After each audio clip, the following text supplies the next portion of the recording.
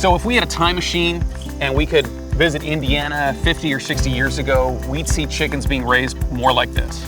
Everybody had chickens in their backyard, and they're just round the backyard, pecking around, eating bugs, eating grass, and they harvest them when they're ready. So this is interesting to me because I think when most people think of chicken, they think of a farm like this, but what you're saying is that's not true. Very picturesque. We're talking about building a healthy relationship with food and going deeper to find out the truth in the foods that we eat. We started with chicken today, and I want to hear what you're all thinking about today's chicken information. Who likes cooking chicken a lot? Hands up, guys. So here, I'll start with you. Okay. So when you try to cook your chicken, is it a frequent endeavor, by the way? Yeah, I have 2 girls, so they're big fans of chicken nuggets. So I just don't know when I cook it or when I go to the store to buy it, really. I mean, we probably eat it 3 or 4 times a week in our house. Do the labels help you at all, or is it?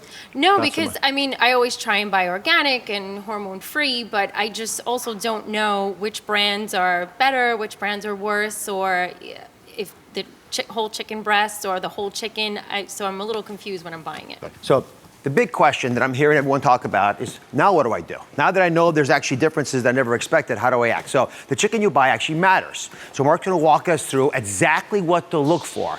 And Darlene's going to join us up on stage. She says her family loves chicken, and she brought in the chicken she usually shops for. Well, what you bring us? Got you chicken breast.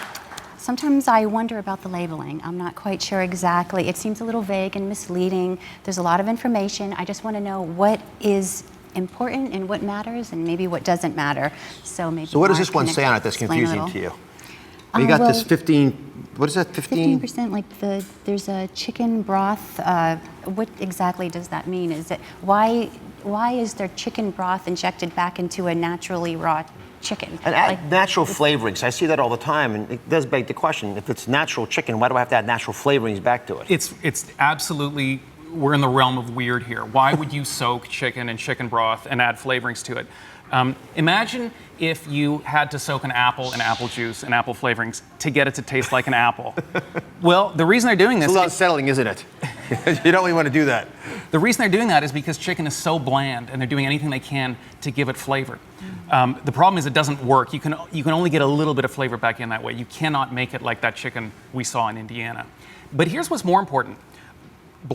Chicken is a choice, but blandness matters, because think of all the things we do to make that bland chicken taste better. I heard some people in the audience saying their kids love chicken nuggets. Yeah. What's a chicken nugget? It's a ground up chicken breast that's breaded and fried. You're taking this apparently healthy meat and you're adding a ton of calories to it. So let's say you decide, okay, I'm gonna roast a chicken.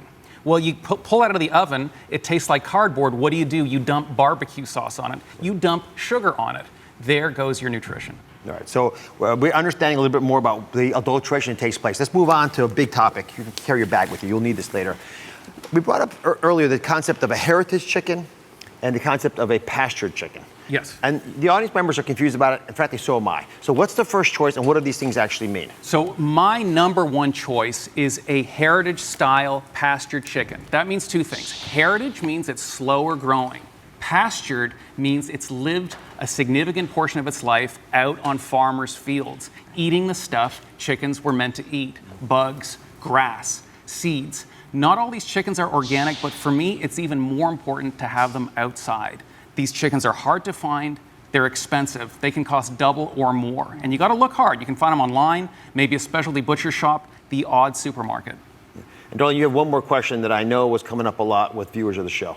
Well, I buy organic chicken for my family. I care what I put in my body. And I'm just wondering about the labeling of it and just the injection of the broth. Is it the right choice? Is it the right thing for us to do? Because it does cost more. It costs more. And are there like long-term scientific results that you know of that a conventional chicken is maybe not as good to eat as an organic chicken? Well, the first thing I would say is let's not worry about food costing a little bit more. This stuff is going in your body. Let's take it seriously. Organic is my number 2 choice because they're still modern, fast-growing chickens raised usually indoors. But I think it's a vote in the right direction, because when you're buying organic, you're paying a little bit more, you're sending a really important message to industry saying, I care about more than just buying the absolute cheapest chicken possible.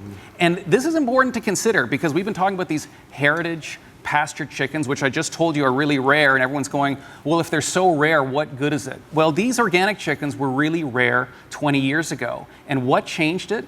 Consumers. We voted with our wallets. We said, I want this. We paid for it. Every time you buy a chicken like that, you're voting with your dollars. So if we do that now with pastured, heritage-style chickens, think of the change we could make. I think one day you will be able to walk into an average supermarket and buy a truly great chicken. And think of all the ways that we have influenced the way we buy things in America, right? We buy kale now. Didn't used to buy kale. Dark chocolate.